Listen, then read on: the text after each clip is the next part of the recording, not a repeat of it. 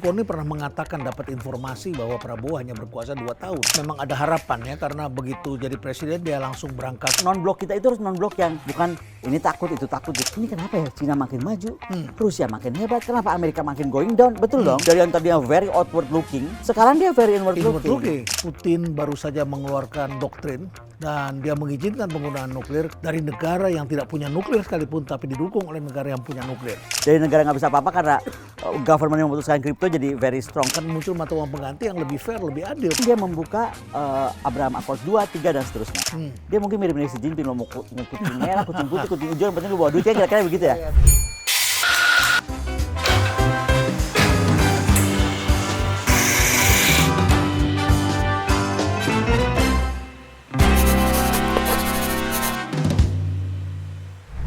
Ibu Koni, selamat datang kembali di Rumah Perubahan Jakarta SK. Terima kasih, sebuah kehormatan Prof, selalu. Wah, banyak yang kangen, banyak yang merindukan Bu Koni setelah apa waktu itu ya, Pilpres, kemudian tiba-tiba suaranya jarang terdengar, tidak tampil di publik, tetapi ada di publik pendapat-pendapatnya.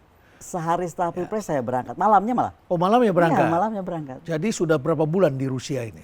Total sudah 10 bulan lebih, hampir 11. Dan mengajar, riset di sana? Bukan, saya diangkat jadi guru besar di Saint Petersburg State University.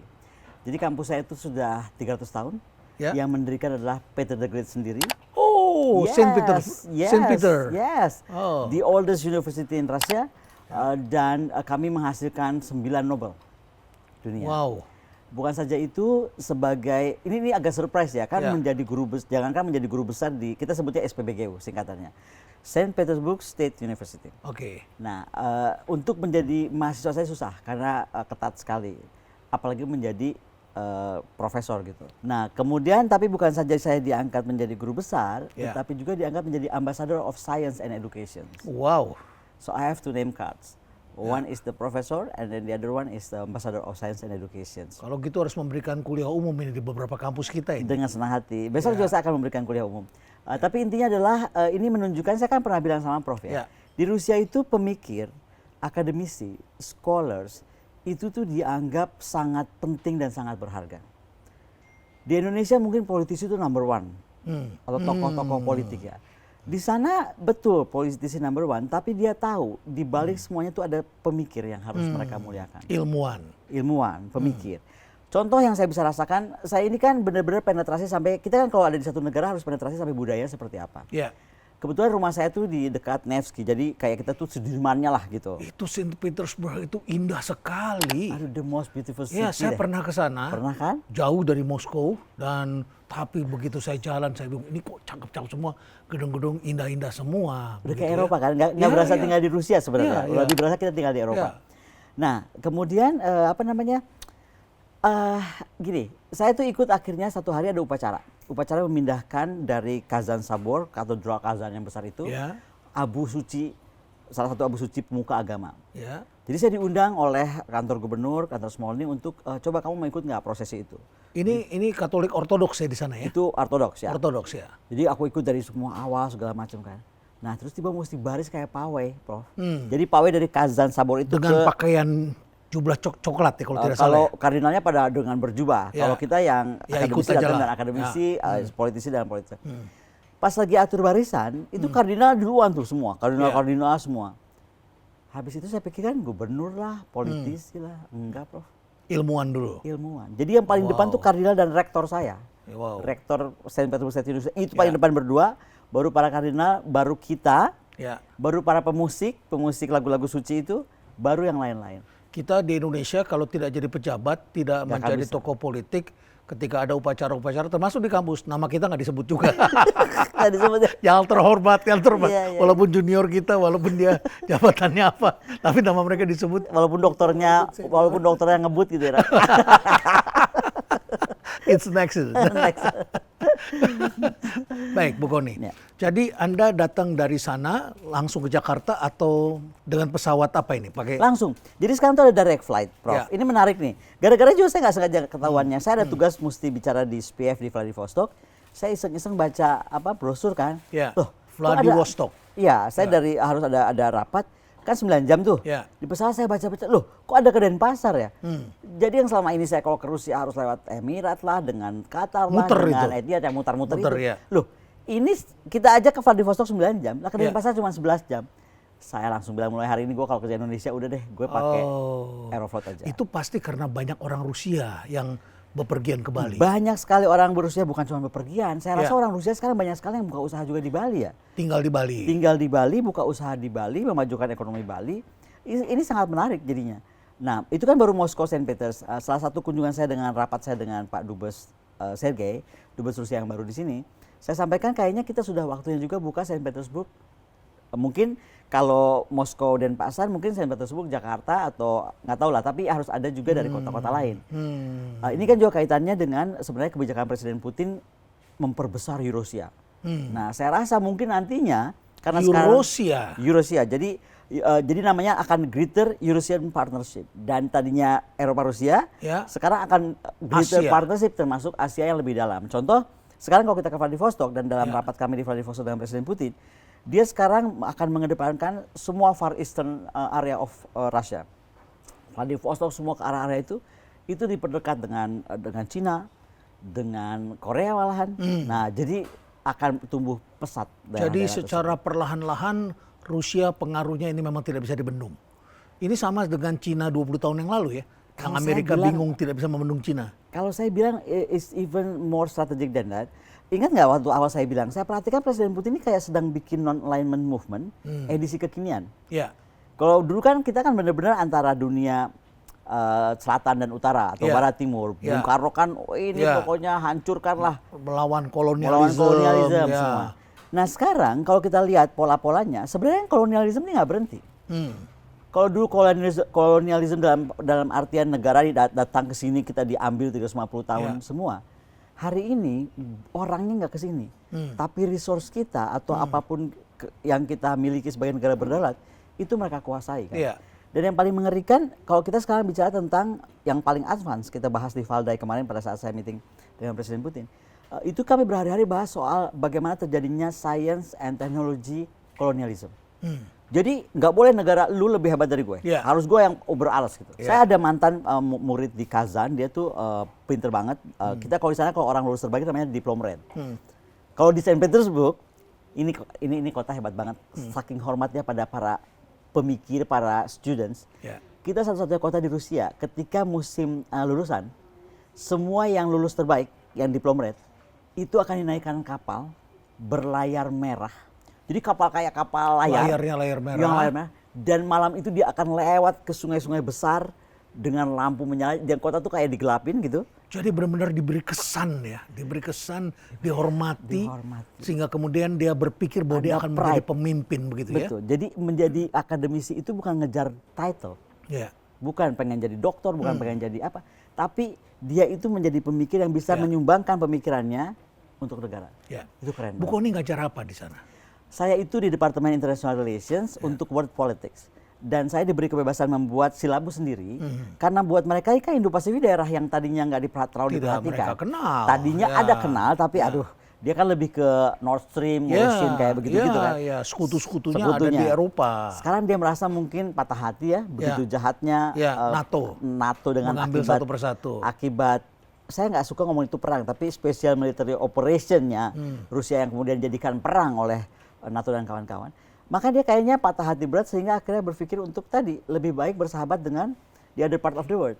Gitu. Ya, Bu Kony, kita bicara dulu seminggu terakhir ini Putin baru saja mengeluarkan doktrin tentang perang baru. nuklir. Ya, boleh menggunakan senjata nuklir dan dia mengizinkan penggunaan nuklir kalau dia mendapat serangan dari negara yang tidak punya nuklir sekalipun tapi didukung oleh negara yang punya nuklir. Iya, jadi doktrin itu lebih kepada sampai diserang oleh rudal jarak jauh. Ya. Meskipun oleh rudal jarak jauh atau oleh drone Ya. atau oleh pesawat tempur biasa, tetapi yang mendeploy adalah negara pemilik nuklir. Ya. Jadi dia Katakanlah akan melakukan Amerika dan kawan-kawan. Kawan-kawan ya. Saya boleh deploy nuklir warhead saya, itu keren. Itu jawaban atas statement Biden mengizinkan Ukraina mengirim rudalnya. mengirimkan rudalnya. Dan kemarin itu kota yang kena itu kan kota yang damai sejahtera, nggak ada masalah, nggak ada hubungan sama kota yang lagi diramaikan. Jadi udah ngaco banget di sebenarnya perang ini tuh. Jadi saya rasa Presiden Putin sangat menanggapi itu mengirim dengan signal dia. signal keras Mengirim lah. signal macam-macam nuklir gue ledakin nih. Gue ledakin. Kalau saya lihat konstelasi seperti ini, harusnya Amerika tuh betul-betul hati-hati dan nggak tahu ya, apa mesti belajar dari Indonesia, konstitusi boleh diacak-acak. Karena saya pengen ngomong, saya kalau boleh. Kalau kita bukan ngacak-ngacak, kita nggak konsisten. Seringkali. Oh, tapi kalau yang kasus Wapres ya ngacak lah. Ya. Maksud saya kalau Amerika mau belajar dari Indonesia untuk ngacak-ngacak konstitusi, harusnya Trump itu dilantiknya cepatan Desember. Kalau bisa jangan nanti nunggu Januari. Kenapa? Bahaya lah. Desember? Kalau Biden ini begini kan, ini akan memicu perang dunia ketiga. Betul. Ya. Dan ini sudah disampaikan oleh anaknya Trump bahwa Biden akan sedang mempersiapkan sebelum bapaknya dilantik. Ya itu makanya kan bahaya sekali. Maksud saya ini kan udah urgensi dong untuk merubah itu gitu. Dan artikel 2 itu supaya jadi kingship-nya Trump itu lebih jelas untuk kemudian memutuskan sesuatu. Karena gini, Trump ya, saya nggak tahu. Saya kan dari awal pendukung Trump. Ya. Dan saya mendukung Trump itu cuman very simple. Anda memang suka dengan figur yang strong man. Ya. Ada yang bilang kemarin sama saya, lu kurang gila ya. Satu lu dukung Putin, saya dukung Trump. Saya bilang bukan. Kalau Putin udah aku jelasin ceritanya. Seorang kepala negara itu harus begitu dong. Punya dignity untuk mempertahankan kedaulatan, kehormatan ya negaranya. Jadi di Rusia mana ada pejabat curhat, aduh saya kena sanksi. Prof, hari ini sanksi dia udah 22.000. Can you imagine dari mulai kucing sampaikan Swift code apalagi udah jangan ditanya semua kena. Apa pernah ada yang nangis atau curhat di media? Enggak ada. Swift code dimatiin hari ini, besok bikin Swift code. Zara di YouTube hari ini, besok bikin mug. Dan gini, dan rakyat nggak dibikin pusing. Karena dia dipilih rakyat untuk mikirkan bagaimana negara itu survive. So far ya, saya tinggal di Rusia, saya nggak pernah tuh lihat yang pejabat malah jadi cerita nih. Seolah-olah mesti gimana, enggak. Nah, yang kedua, saya perhatikan. 9 bahan pokok atau makanan sehari-hari yang kita dapat Rusia di ini, kita bicara di Rusia ya. Prof, itu murah banget. Semua dibikin harga itu rendah. Lebih murah dari sini? Murah, lebih murah dari sini. Jadi menurut saya udah listrik sangat murah, ya kan? Sudah sih orang-orang yang kayak pensiunan, orang-orang pelajar dan lain-lain itu banyak free-nya, ya kan? Atau diskonnya. Terus sekarang 9 bahan pokok dan juga termasuk listrik dan air, is very dan gas is very cheap.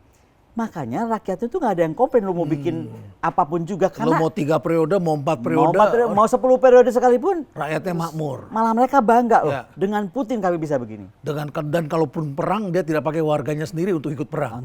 Dia pakai bangsa lain, dia pakai apa? Tentara bayaran ya, dan teknologi untuk berperang. Gitu. Bu Kony, ini makin seru, kita ngopi dulu dong. Ya, siap. Kita ngopi dulu ya. Pagi-pagi boleh aku pesan apa ya? Hazelnut nanti? Ya. Saya ikuti aja, ya. Makasih. Saya suka hazelnut. Ya. Jadi Bu Kony, jadi Trump berpotensi menghentikan perang. Wah, Prof, tadi kan saya belum cerita. Kenapa saya kagum dan suka sama Trump dari awal? Gini Prof ya, mohon maaf dan segala hormat. Kita ini kan seolah-olah diwajibkan membela Palestina sampai merdeka, misalnya. Dulu Presiden Soekarno mengatakan itu, kita tuh terkuat militernya di bumi bagian selatan. Sekarang kita cuma bisa apa? Mohon maaf ya, saya bukan merendahkan ya. Nah, bayangkan dengan Trump yang tidak ada di undang-undang dan konstitusi Amerika Serikat untuk beresin masalah Timur Tengah, dia bisa melahirkan Abraham Accord di periode dia pertama. Bahwa sekarang Abraham Accord sedang diacak-acak, that's one thing. Abraham Accord ini perjanjian perdamaian antara Arab dengan Israel ya. Arab Israel, Iran dengan Timur Tengah gitu, yang tadinya musuh bebuyutan juga. Nah, menurut saya itu akan membuka kesempatan, dia membuka Abraham Accord 2, 3 dan seterusnya. Itu nomor satu. Yang kedua, dia menurut saya presiden yang realis. Dia lihat banget mungkin ya, ini kenapa ya Cina makin maju, Rusia makin hebat, kenapa Amerika makin going down? Betul dong. Kalau kita mau lihat. Betul. Jadi dia langsung keluar kebijakan Make America Great Again itu atau American First. Ingin mengembalikan Amerika. Jadi dia berbalik dari yang tadinya very outward looking. Sekarang dia very inward looking. Nah, menurut saya dengan begini dan kemudian dia orang yang dia pengusaha. Dia mungkin mirip-mirip si Jinping, lo mau kucing merah, kucing putih, kucing hijau, yang penting lu bawa duitnya kira-kira begitu ya. Transaksional sekali. Transaksional. Jadi kan dia ngomong, ya udah nanti gua telepon Putin. Kalau gua dilantik 24 jam kemudian gua akan telepon. Dan perang akan berakhir. Nah, artinya apa? Diplomasi yang selama ini dihambat. Ini kan jeleknya perang, dampak perang Ukraina Rusia ini kenapa berbeda? Di kali inilah kita melihat kedubes Rusia ada di manapun seluruh dunia, tapi diplomatnya dikucilkan. Jadi Barat ini memang, mohon maaf kalau kita lihat dalam posisi ini memang udah sangat nggak fair kok perlakuannya gitu. Kemudian kita juga lihat bagaimana perang di Timur Tengah. Ya. Dan Rusia ada di posisi di mana? Di sini saya agak berbeda dengan Presiden Putin. Rusia ada di posisi Palestina. Ya. Ya, Rusia di posisi Palestina. Kalau saya sih melihatnya begini ya, mungkin karena saya pernah tinggal di Israel ya Prof ya. Ya. Mungkin bukan di Palestina, di Iran. Ya di Dia Iran membackup atau Iran. ya Iran Ya, lah Iran. ya, Tapi kalau ya. saya lihatnya juga kan dari awal sebelum Iran terjadi sudah akan lebih bela ke arah non Israelnya lah, kita sebutnya non Israel. Ya, Nah, ya. tapi kalau di Israel itu saya pikir ini bahaya kalau diteruskan dan harusnya solusi dua negara juga ditinggalkan karena nggak mungkin. Ini manusia dua-duanya keras kepala dan menurut aku aktor-aktor pelaku yang dulu bikin gara-gara itu siapa sih? Yang saya bilang Sultan Sulaiman aja ratusan tahun mimpin negara itu, daerah itu nggak pernah mau membagi garis karena di sana kan sangat kompleks, bukan cuma beda agama, beda aliran, beda tribes, itu kan juga pengaruhnya macam-macam. Maksud saya ini kenapa sih negara-negara pemegang veto gitu di keamanan misalnya kan, kenapa nggak mendudukan Inggris dan Prancis dan coba deh, lu yang pikirin deh, lu dulu yang mulai gara-garanya. Nah, tapi kalau saya bilang solusi dua negara itu udah berat, Prof, udah berat. Mendingan kita lompat aja ke solusi tiga negara. Tiga negara itu adalah? Kan kaget kan Prof? Prof, karena saya pernah tinggal di sana, Ya. ini kan Di Israel nih di Israel nih. Ya, waktu S3 saya kan saya penelitian di sana. Ya. Jadi kan di perbatasan Lebanon Ya. dan di perbatasan Syria itu ada namanya kaum Druze. Ya. Druze komunitas itu kayak orang apa ya? Kayak kalau kita sih mungkin kayak Baduy ya, orang tertutup. Nah, Ya. dan agama dia tuh menarik. Ini kan cara orang survive. Dia mungkin asalnya dari India, saya nggak ngerti. Dulunya apa saya nggak ngerti. Tapi itu campuran antara agama India, Hindu, agama Kristen, agama Islam. The way they survive is like that. Kemudian dia punya kelebihan kayak orang aborigin. By smelling the soil, dia bisa tahu nih. Barusan yang lewat, mobilnya warna merah, yang naik cantik, ada cowok cakepnya 4, mereka lagi minum-minum. Bisa bayangin nggak? Mereka dengan cium tanahnya udah tahu nih, itu ada apa. Makanya mereka tuh jadi tentara-tentara penting di IDF. Oh. Yes. Masalahnya adalah Druze ini tadinya waktu contoh Golan Heights. Waktu Golan Heights belum terbelah, mereka sangat Syria misalnya. Tapi begitu terbelah, mereka langsung logik aja. Gua hidup makan di tanah air Israel sekarang. Waktu udah perang nih. Ya. Jadi gua akan memberikan yang terbaik buat Israel. Sama juga yang sebelah sana. Nah, tiba-tiba dia kena dikenakan anak-anak mereka 12 orang. Ini kan komunitas tertutup, Prof. Kita nggak bisa jadi orang Druze kalau nggak. Anak mereka 12 orang. Dikorban oleh si Hamas itu dihajar. Oh iya, mereka kena. Ya. Wah, di situ saya bilang ini nggak bener nih. Udah sekarang daripada dua negara bikin tiga negara, pusing kan? Jadi nggak ada penengah gitu. Ada resiko makin lu berantem, negara lu makin kecil. Makin dipecah. Makin dipecah. Karena saya pikir Druze jangan dibawa-bawa dong, harusnya. Jadi kalau kita lihat di perang di Timur Tengah ini masih akan terus berlanjut, kecuali Trump naik dia akan menghentikan. Harusnya dia menghentikan dan dia akan bikin gebrakan, harusnya ya. Tapi Trump pernah mengatakan bahwa kalau saya Presiden Amerika, saya sekarang perintahkan Israel serang Iran, serang fasilitas nuklirnya Iran. Dia pernah mengatakan demikian. Ya sekali lagi ya, kalau lihat dari sananya kita bisa lihat lah sejarahnya Trump memang dekat sama Israel. Ya. Betul nggak? Ya. Dan ini nggak bisa nyalahkan Trump. Dan sulit juga Presiden tidak terpilih tanpa Presiden dukungan Amerika tanpa dukungan lobbynya orang-orang Yahudi ya, Nah, uang sponsor orang Yahudi. Ya. Nah, tapi lepas dari itu Prof ya, ini kita bicara Amerika ya. Mereka tuh sudah menerbitkan buku jauh-jauh hari. Judulnya itu menarik sekali buat saya. Two Nation Under God. Two Nation Under God. Jadi mereka memang di depannya udah bendera berdua ini bersatu. Mereka hanya dua negara di dunia ini yang ada di bawah perintah Tuhan lah kira-kira begitu. Dua negara ini maksudnya? Amerika dan Israel. Bukunya ini cari deh bukunya. Cuma bendera Israel dan bendera Amerika nggak terpisahkan. Ya. Baik, pada waktu Presiden Prabowo baru dilantik, tak lama kemudian Sugiono, Pak Menteri Luar Negeri, berangkat ke Kazan dalam BRICS meeting. Dan di situ dikatakan Indonesia akan bergabung dengan BRICS. Sementara negara lain sudah banyak yang bergabung. Iran sudah ada di sana, kemudian juga Arab Saudi sudah masuk. Saudi Arabia ya. Sudah masuk di sana. Dan negara-negara lain sudah ikut. Asia dan Malaysia akan segera masuk. Malaysia berani ya. Aduh, itulah.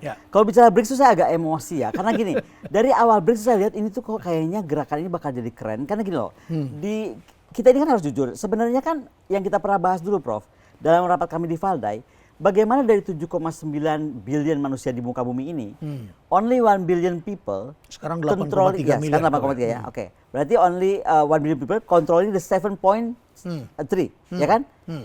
Kan nggak fair dong. Ya. Nah, BRICS itu menurut saya datang dengan soft power loh. Dia nggak datang dengan hard power. Dia dengan soft power kemudian membangun kekuatan ekonomi, mau BRI kayak apa, mau apa, kemudian jadi BRICS ya kan. Dan sekarang membesar jadi menggait negara-negara yang saya tadi bilang akan agar menjadi perdagangan lebih fair dan tidak tergantung pada dolar. Perdagangan akan lebih fair, tidak tergantung sama dolar, tidak akan saling menyakiti masalah teknologi. Jadi teknologi itu akan gini aja, kamu punya apa? Nah, saya punya ini. Nah, kita kawinkan supaya jadi apa? Bukan seperti sekarang, oh Cina makin udah berapa nih? Kita kok ketinggalan. Gua hajar sikat Cina. lo pakai sanksi. Gue sanksi nih. Nah, kan kayak gitu. Itu tidak akan ada terjadi. Nah, dan artinya sanksi itu dimiskinkan lah ya. Sanksi untuk dimiskinkan dan dibangkrutkan negara itu karena kelebihannya. Ya, seperti Venezuela ya. Seperti Venezuela. Nah, di BRICS itu tidak akan mungkin terjadi dan sekarang BRICS itu telah menjadi tadinya kan cuma gabung sama Rusia. Country yang negara ex-Soviet dan lain-lain. Sekarang dengan konsep Presiden Putin menjadi Greater Eurasian Partnership, itu akan dunia itu menurut saya telah terjadilah non-alignment movement-nya atau non-alignment kekinian dari Soekarno dulu. So menurut saya kalau dulu Soekarno itu bicara soal non-alignment movement yang menyeimbangkan Barat dengan Timur, hari ini Putin dengan teknologi, dengan segala macam sains, dengan segala macam kondisi dunia yang sudah banyak berubah sejak tahun 60, dia malah melahirkan konsep tadi. Jadi teori containment yang dilakukan oleh Amerika bersama NATO untuk mengepung Rusia, mengepung secara militer, dan mengepung juga Cina begitu ya. Terus kemudian digabung lagi dengan sanksi-sanksi segala macam untuk mengecilkan peran mereka. Ternyata tidak tambah kecil, tapi yang kena sanksi ini semua malah bergabung jadi kekuatan besar. Iya. Gitu. Anda semula mengatakan kayaknya Trump kalah nih, tapi begitu Anda melihat Elon Musk bergabung, kemudian Anda mengatakan wah, kalau Elon Musk bergabung ini udah pasti menang lah ini. Dan itu menangnya bukan cuma di state-state yang sulit itu tetapi juga secara populer dia menang di semua state gitu ya. Di banyak state lah dia menang begitu ya. Jadi total suaranya juga lebih tinggi dan lain sebagainya. Dan menang telak baik di kabinet, baik di parlemen dan lain-lain. Mengapa Anda begitu yakin karena ada Elon Musk?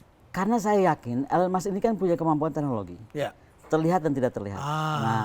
Kebetulan segalanya sekarang serba data science. Kebetulan di kampus kami ini sedang memperdalam ilmu neuroscience. Dan neuroscience ini sekarang udah semakin advance ya, Prof. Saya sempat bertemu Dr. Ryu kan. Kita ahli neuroscience kita. Saya pernah ngomong sama Dr. Ryu dulu. Ryu Hasan. Saya bilang, "Dokter, kenapa lu belajar ini dan apa sih yang target?" Ya gimana cara mempengaruhi pikiran orang kan? Tanpa orang itu sadari. Nah, menurut saya dengan keilmuan neuroscience yang sudah semakin advance, ditambah kemampuan penguasaan teknologi komunikasi, itu kita nggak akan sadar bahwa kita sedang dipenetrate merah misalnya. Seperti kita dengan gemoy itu sangat mempengaruhi ya, sangat masuk ya. Sangat gitu ya, kalau kita gemoy ya. Aduh, jadi bikin saya patah hati. Jadi saya berharap ya, karena saya tinggal di sana, terus saya lihat sekarang di sini seperti apa. Mbok ya, politik dalam negeri itu nggak usah dibikin seheboh itu gitu. Prof, saya itu kan mengalami pilkada kemarin di Rusia dong. Abis pemilihan presiden kan pilkada saya datang itu. Prof, aku tuh kan jalan-jalan karena summer. Iya kan? Aku nggak lihat satu banner pun loh, Prof. Nggak ada satu banner pun menjual siapa apa, nggak ada. Di sana? Nggak ada. Tapi saya tuh bahagia gini, Prof ya. Saya itu orang yang selalu berasa bahwa kita dimanapun tuh harus berbuat yang terbaik. Ini konsep saya. Nah, Prof percaya nggak nih? Saya mau spill ya. Tanggal 6 Desember saya dapat penghargaan dari Gubernur Saint Petersburg. Saya akan mendapat penghargaan. Kemarin kan Januari saya dapat dari Lavrov, ya kan, dari Kremlin Rusia. Besok tanggal 6 Desember, maka saya harus pulang. Padahal saya tanggal 16 rapat di Kamboja, coba saya bolak-balik. Dan itu dingin sekali Desember. Yes. Tapi saya akan mendapat namanya Gold Lion, penghargaan dari Saint Petersburg. Pertanyaannya kan kenapa gue dapat Gold Lion kan? Karena tadi Prof, saya pendatang, tapi kemudian saya bersuara, menghubungkan orang, menghubungkan tokoh, mendatangkan tokoh. Dan mereka memantau itu? Sangat, saya mendatangkan Bu Mega, Presiden Megawati Soekarno Putri. Putri, jangan salah ya, ketika kita bicara Presiden Megawati, oke, she is as she is, tapi jangan salah dia anak siapa. Jadi sejarah waktu beliau diterima oleh gubernur, itu gubernur memberikan semua rentetan sejarah bagaimana Presiden Soekarno itu sangat dihormati oleh Rusia. Ya, saya kalau ke Moskow, ke Saint Petersburg, ketemu orang di sana dan orang bertanya dari mana Indonesia. Soekarno. Mereka Soekarno, dan yang kedua adalah mereka nyanyi lagu Halo Halo Bandung. Atau Rayon Pulau Kelapa. Ada Rayon Pulau Kelapa sampai ditranslasi ke bahasa Rusia. So we are very close with them. Nah, dalam konteks tadi kita membangun Greater Eurasian Partnership dan BRICS tadi, Maksud saya gini loh, kita pakai common sense lah. Ini feeling saya. Ya. Currency pasti mereka akan pertama sekarang masih main lokal nih. Tapi pasti dia akan bikin currency. Contohnya di Kazan kemarin kan ada tuh bikin mock up currency BRICS. Ya. Dunia udah kaget. Kebayang nggak itu baru mock up? Baru mock up. Baru ya, mock up. Uang logam yang Kombinasi, itu ya. kombinasi sama yang kertas. Nah, ya. bagaimana kalau Presiden Putin dan presidensi Ya. tiba-tiba bikin kejutan buat beneran? Ya. Nah, ini kan keren. Dan menurut saya, Prof, nggak mungkin ekonomi itu tidak diikuti militer. So sooner or later, maybe they're not going to make a pact. Aliansi pakta tuh nggak mungkin. Tapi kerjasama pertahanan atau apa ya, security cooperations itu sangat mungkin. Nah, Indonesia mau terus gini, ayah naon, Ya, bengang-bengong, iu kunaon, kan nggak begitu, ya. Prof. Memang kalau kita lihat data sejak tahun 1979 penggunaan mata uang dolar berkurang. Kita cek kemana ini ya penggunaan yang lain yang Saya boleh minum apa? Sampai minum ya, sampai lupa ini ya. Ya, terus. Baik, jadi kita melihat bahwa Berkurang tadi mata dolar. Penggunaan mata uang dolar dari perdagangan internasional dan reserve di berbagai negara berkurang sejak tahun 1970-an lah ya. Nah, kemudian dicek kemana? Oh, penyebabnya karena munculnya euro. Ya, tahun berapa 90-an euro masuk, begitu porsinya lebih besar dan ada mata uang yang dianggapnya juga dipercaya oleh dunia begitu ya. Nah, kemudian euro. Jadi mata uang dolar itu tinggal 50 sekian persen, 59% kalau tidak salah begitu ya. Jadi sudah tidak sebesar dulu. Tapi pertanyaannya mata uang penggantinya belum kelihatan. Loh. Jadi mudah-mudahan akan muncul mata uang pengganti yang lebih fair, lebih adil untuk mengatur perdagangan internasional. Pertama itu, saya berharap dari BRICS ya. Ya. Tapi pertanyaan saya, Prof, kan profesor ekonomi, saya mau tanya, kenapa tiba-tiba Amerika memutuskan akan bikin reserve-nya ke kripto? Dan dia pay kan, langsung 1 juta atau 1 billion. Ini kan menarik, kenapa tiba-tiba Amerika sekarang geser ke kripto loh. Kalau case-nya karena El Salvador, sukses story El Salvador kan negara kecil ya. Betul nggak? Walaupun sukses story banget lah. Dari negara nggak bisa apa-apa karena government yang memutuskan kripto jadi very strong. Tapi Amerika geser ke kripto tuh what's going on kan? That's another thing, Prof. So dunia itu sedang memasuki era baru. The new world order is happening. Makanya kita memang perlu lebih aktif ya, Prof ya. Saya rasa gitu. Makanya sekarang saya melihat, mungkin saya salah. Dan Anda mengatakan tidak perlu terlalu khawatir kita masuk ke dalam BRICS ya? Enggak. Look at the bright side. Bahwa ada resiko, iyalah. Di dalam dunia ini apa sih nggak ada resiko. Tapi kan resiko itu mesti diambil. Jadi non-blok kita itu harus non-blok yang betul-betul apa sih buat kepentingan nasional kita. Bukan ini takut, itu takut jadi nggak benar. Makanya sekarang buat saya nih sekali lagi mohon maaf, Prof ya. Saya melihat Presiden Prabowo ini merangkap sebenarnya 3 posisi. Menhan, Menlu, Presiden. Keren harusnya Indonesia tuh bikin gebrakan. Nah, sehingga sekarang nih bagaimana kabinet gemuk ini mengikuti. Ya. Jadi kalau dilihat memang ada harapan ya, karena begitu jadi presiden dia langsung berangkat dia kirim Sugiono ke Kazan. That's one thing Pak Sugiono. Tapi coba lihat dong, Prof, sebelum dia dilantik. Ya, dia beliau sudah berangkat ke Rusia. Oh, ke Rusia dulu. Negara pertama dikunjungi Rusia. Bukan Cina ya? Bukan. Dan Rusia itu Presiden Putin mengirimkan mobil, itu mobil untuk presiden, diterima di ruangan untuk presiden. Jadi waktu itu belum presiden, tapi perlakuannya sudah seperti presiden. Itu kan menunjukkan Rusia betapa. Sebelum dia jadi presiden. Belum. Ya. Baik. Jadi ada harapan di sana. Harapan besar. Tapi kalau bicara Prabowo, boleh dong saya mundur ke belakang sedikit. Bu Kony pernah mengatakan dapat informasi bahwa Prabowo hanya berkuasa 2 tahun. Saya dapat informasi, ini saya harus underline lagi walaupun Pak Rosan bantah, tapi itu saya tahu dari mana kalau bukan dari Pak Rosan. Nah, jadi intinya adalah waktu saya diperingatkan bahwa Presiden Prabowo itu nggak akan lama, bahwa kemudian akan diambil alih oleh Gibran. Yang saya bisa bikin apa? Saya ini kan cuma akademisi, Prof, bahwa saya berteman dengan semua orang ya. Saya malamnya langsung ketemu Pak Dasko. Tugas saya cuma beritahu pada Dasko, ini ada berita begini, jagain Bapak baik-baik. Udah gitu aja dong. Karena kalau untuk saya, Prof ya, betul bahwa Gibran jadi wapres itu mungkin suratan Tuhan. That's one thing. Tapi tetap aja dong, cara kita mencapai kayak gini aja. Mohon maaf ya, jangan marah nih, Prof. Kita aja bisa niat maling. Kok saya marah? Saya nggak perlu marah dong. Saya bisa, misalnya ada orang niat maling rumah. Ya kan? Dapat berhasil dia maling. Berarti apa? Tuhan menurut dia maling. Tapi kan tetap aja perbuatannya kan dia maling. Ya, apalagi kalau kita tahu sebelumnya, kita juga harus memberitahu pada pemiliknya. Itu maksud aku. Sekarang kekhawatiran aku tiba-tiba dengan beberapa kawan dicap itu seolah kalau statement mengkoreksi itu dianggap menghasut. Kemudian saya kemarin baca selitas bahwa Kementerian Komunikasi ini Bu Mutia Hafid. Bu Mutia Hafid bilang pengumuman bahwa berita negatif akan didenda.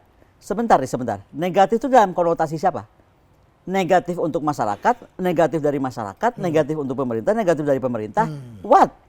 Ini susah loh ngomong negatif itu buat siapa? Ya.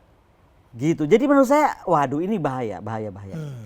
Ini jangan sampai suara-suara vokal yang sedang mencoba adjusting negara untuk berjalan pada tracknya yang betul, itu dimatikan dengan cara-cara yang memprihatinkan. Pada waktu bertemu dengan Pak Dasko, apa reaksinya Pak Dasko?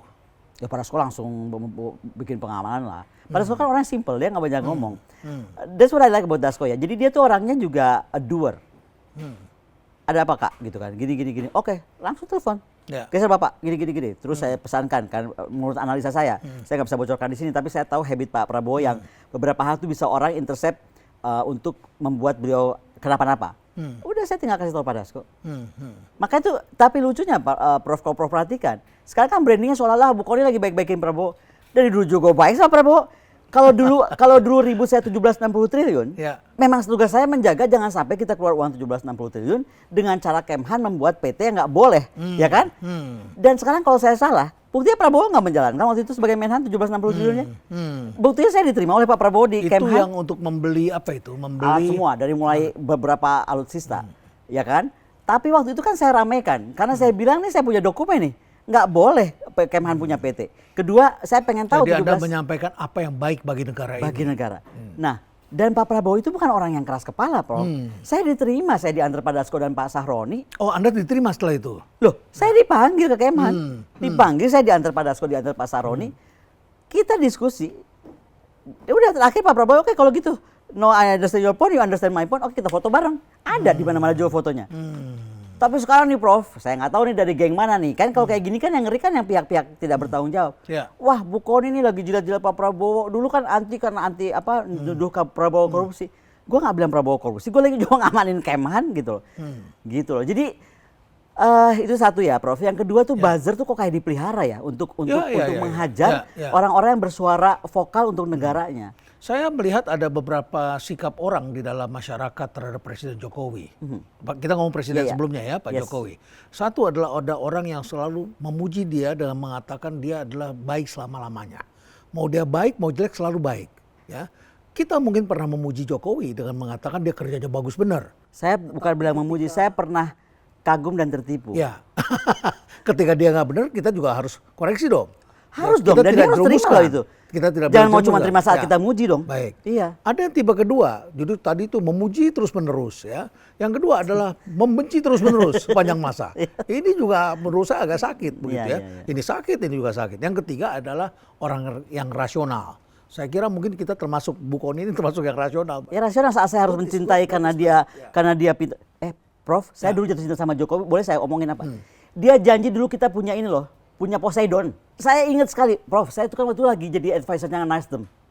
Dewan Pembina untuk Ormas ya, di era itu. Terus Anda mengundurkan diri dari situ ya? Tapi waktu itu saya tuh Presiden Jokowi yang masih polos-polosnya itu. Saya bilang ini orang hebat banget Indonesia mau punya Poseidon. Sementara waktu itu Australia baru mengumumkan apa sih? Australia Maritime Identification Zone sampai berapa mil setengahnya Indonesia bisa di cover oleh surveillance Australia. That's the minute I fall in love with this president. Lu keren banget ya. Lu dari Solo tukang kayu lu bisa ngomong Poseidon. Yang sekarang terjadi bukan Poseidon, pesawat pribadi buat anak-anaknya. Gimana gua nggak marah? Nggak boleh marah dong. Betul nggak kalau aku marah? Waktu itu yang tadi Anda mengatakan bahwa Anda tertipu gitu ya. Ya itu tertipu. Ya baik. Juga dalam salah satu wawancara Anda pernah mengatakan bahwa Indonesia sebetulnya dasarnya adalah kepemimpinannya feodal, masyarakatnya feodal. Dan kemudian Anda juga pernah mengatakan bahwa tapi kita tidak usah khawatir, kita masih punya hidden kingdom. Masih ingat itu? Hidden kingdom. Apa itu hidden kingdom? Enggak, dulu tuh saya berharap. Kerajaan tersembunyi itu. Iya, saya dulu berharap itu akan muncul lah. Makanya sekarang tiba-tiba Pak Prabowo muncul dengan merangkap-rangkap tadi. Saya cuma berharap beliau itu diikuti oleh orang-orang dan kabinetnya yang bisa mengikuti. Tapi masalahnya cuma satu. Bisakah beliau gesit? Ya. Kalau ini tidak zakan kabinet. Kan gini nih, kalau kita jadi leader, contoh saya tadi bilang yang soal bintang 3-nya Marinir dan Marinir pantas bintang 3 karena pasukannya dulu sudah besar. Nah, kenapa itu bisa ada saat beliau tidak ada, kok bisa ada? Bukan jelek idenya, saya nggak bilang itu jelek. Tapi kenapa harus dipersamakan bahwa marinir itu dengan Kopassus dan Kopasgat. Which is saya yakin betul, baik komandan Kopasgat, komandan sekarang Kopassus, pasti akan mikir ngapain gue jadi bintang 3 orang pasukan gue cuma 4.000. Dulu, Prof tahu nggak kita punya Kohanudas dulu, Komando Pertahanan Udara Nasional. Panglimanya Pangko Hanudas. Nah, ingat ya? Ya. Dulu kan bintang 1 ya kalau nggak salah. Ya. Saya saat itu diundang bicara. Ya. Saya kan selalu bicara di angkatan. Saya bilang kalau saya jadi panglima nih, saya turunin Pak, cukup letkol. Karena yang dilihatin cuma layar. Bintang 1 ke letkol dua tingkat. Ya. Karena yang dilihatin kan cuma layar. Betul nggak? Sementara kalau buat saya, seorang Pangko Hanudas itu udah mesti punya pesawat tempur sendiri. Betul nggak? Pilot-pilot sendiri anytime happen, intercept, dia yang dia minta izin Kasau, ya kan? Dan Panglima dan Presiden, langsung deploy. Waktu itu ya, Pak Hanudas punya apa? Pesawat tempur? Enggak. Pesawat tempur di Angkatan Udara. Nah mereka nggak marah. Pangko Hanudas kan sahabat, Panglima Hanudas sahabat saya. Mereka pada ketawa, ya juga ya. Nah, kok nggak ada sekarang presiden, maksud saya presiden kemarin Jokowi ketika kita kritik, bukannya dia introspeksi. Jadi yang Anda lihat di sini antara ucapan, strategi berpikirnya, Prabowo adalah orang yang sudah selesai dengan hidupnya. Sudah sangat. Dan dia kemudian punya wawasan, dia punya keberanian, tetapi kemampuan ada, tidak didukung oleh kabinet yang disebut second kabinet. Saya nggak bilang tidak, saya khawatir tidak akan terdukung. Karena kabinetnya terlalu besar. Karena seorang negarawan seperti itu harusnya dia didukung oleh second kabinet. Kabinet yang kecil dan gesit. Nih, bayangin deh kalau dia dibelut. Belut tuh kan harus lurus samping aja gitu. Kalau tiba-tiba dia jadi memang besar. Yang tadinya menterinya 1 jadi 3, bahkan jadi 6 wamennya banyak. Terus ada dan sebagian juga masyarakat bertanya, ini punya kemampuan apa orang ini? Sebagian masih bertanya rupanya ya. Masih bertanya-pertanyaan. Pastilah. Pasti, Bro. Jadi diperlukan second kabinet. Second kabinet. Tapi Presiden sudah menjanjikan, bahkan adik beliau mengatakan, Pak Hasyim mengatakan 100 hari akan dievaluasi. Itu yang saya suka dari Pak Hasyim. Jadi saya berharap nih memang Prabowo itu orang yang tahu terima kasih. Mungkin nih sekarang ini, yaudahlah, gue terima kasih nih semua yang pernah berbuat baik ke gue dan gue kasih kesempatan lu berbuat baik juga untuk negara ini. Bukan berbuat baik ke gue, ini menurut aku ya. Oke. Tapi menurut saya Pak Prabowo juga orang yang tegas ya, dia tentara. Dan dia katakan tidak boleh korupsi juga kan orang-orang ini. Nah, kalau ngomong korupsi saya lagi mikirin tiba-tiba soal makan gratis. Makan gratis di bawah siapa ya? Ada Badan Pangan. Badan Pangan di bawah Wamen, di bawah Wapres atau di bawah Presiden? Kalau tidak salah langsung di bawah Presiden. Nah, itu mesti hati-hati karena menurut saya gini, jangan sampai program makan gratisnya sekian triliun, tapi harus disediakan plate untuk makan gratisnya lebih mahal dari makan gratisnya misalnya. Ya, dan nanti barangnya import semua lagi. Petani masyarakat tidak bisa menikmati. Sementara itu kalau bahan makanannya. Kalau alat makannya kemudian juga import, kan lucu. Padahal kita bisa punya PT PAL, PT DI yang bisa bikin cuma plate makan seperti itu. Gitu. Ya, sangat mudah. Sangat mudah. Nah, hal-hal seperti itu, Prof. Yang menurut saya Presiden Prabowo tuh mungkin akan jadi pusing.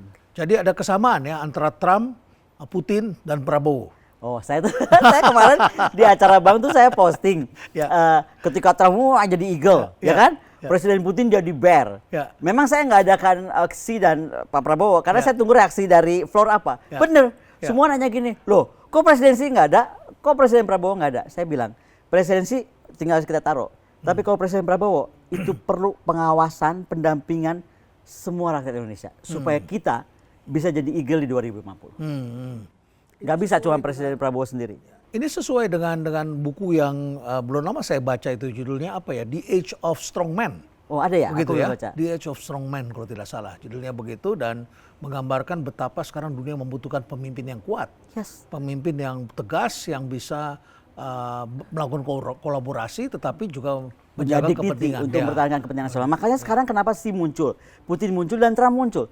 Trump itu, Presiden Putin waktu di Valda kemarin bilang, saya respect kepada siapapun manusia, bukan cuma Presiden Trump.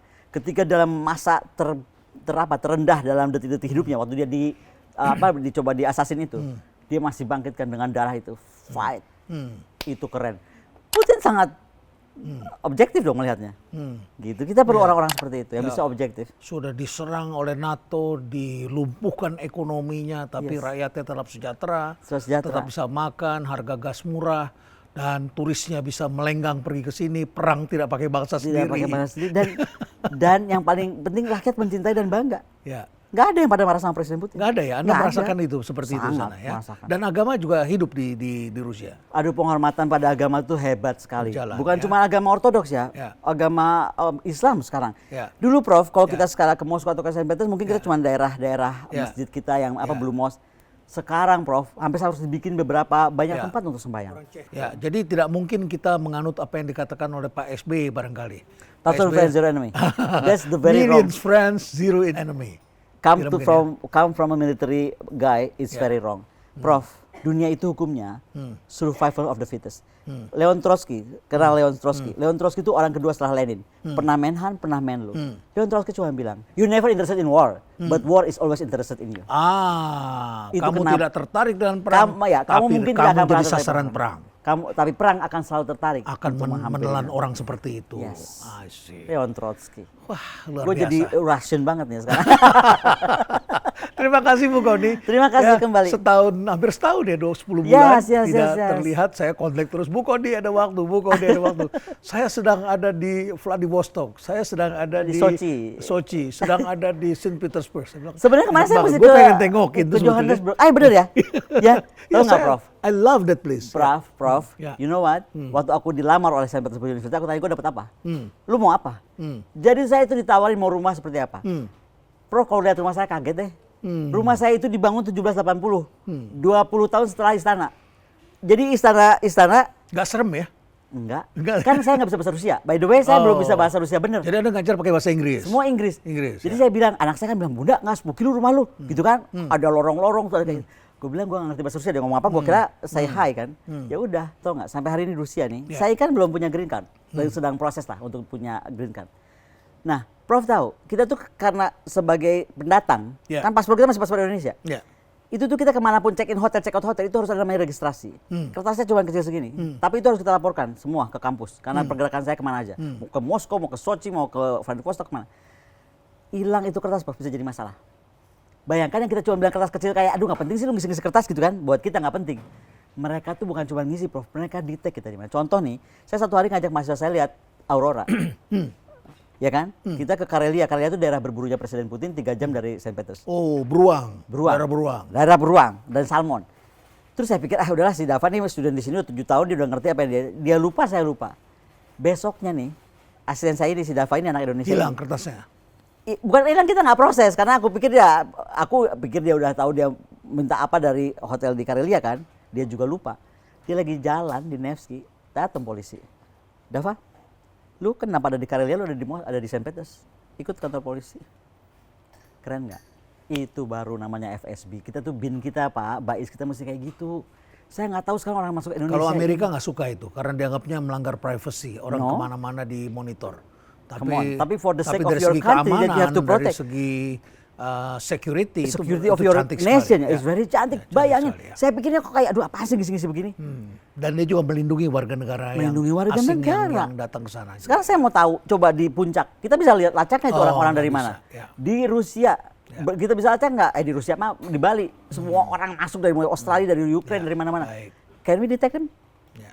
Terima kasih banyak Bu Koni, sangat menarik sekali percakapan Terima kita. kasih. 10 bulan tidak bertemu dan Yes. oleh-olehnya ini banyak Terima sekali kasih daging untuk mengundang semua. Prof. Terima kasih. Saya selalu Ya. berbagi dengan Ya, Prof. Terima kasih banyak dan kita doakan Bu Koni makin sukses di sana dan tentu mengharumkan nama Indonesia. Amin. Ya, Amin. makasih. Dan mempererat persahabatan kedua negara. Ya, tentunya. Ya, Ya, terima siap. kasih banyak dan stay relevant.